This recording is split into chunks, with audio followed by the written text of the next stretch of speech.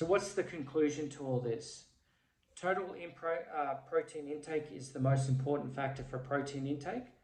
Protein distribution is not quite as important, but for the best results, we should be actually distributing our protein over the day, throughout the day, and especially before and after workouts. In a high calorie surplus with sufficient protein intake, the muscle gains will be greater than maintenance calories and more than obviously a calorie deficit. And in a calorie deficit, muscle can be gained in novice trainers and especially new trainers who are obese.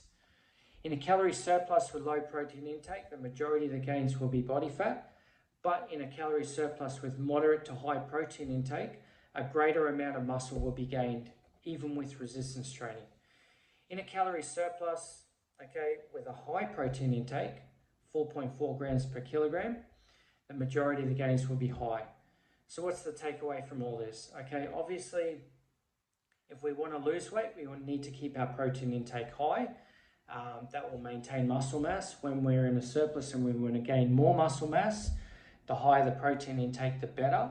But obviously, we've got to be mindful of the fact that it's diminishing returns in a much higher protein intake above, say, 2.2 grams per kilogram. But there has been shown to be greater gains with 4.4 grams per kilogram. So pretty much double that. That's about 2 grams per pound of body weight.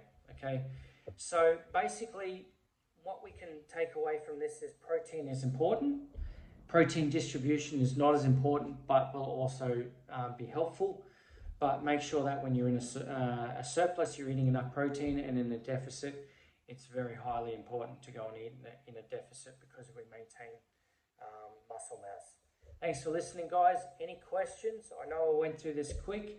Any questions on this, by all means, ask away. Cuts of this are going to be on different platforms, but the long form of this will only be on YouTube. So subscribe, like, comment, and help me build the page up so I can do a lot more videos with this sort of content. Thanks for listening, guys.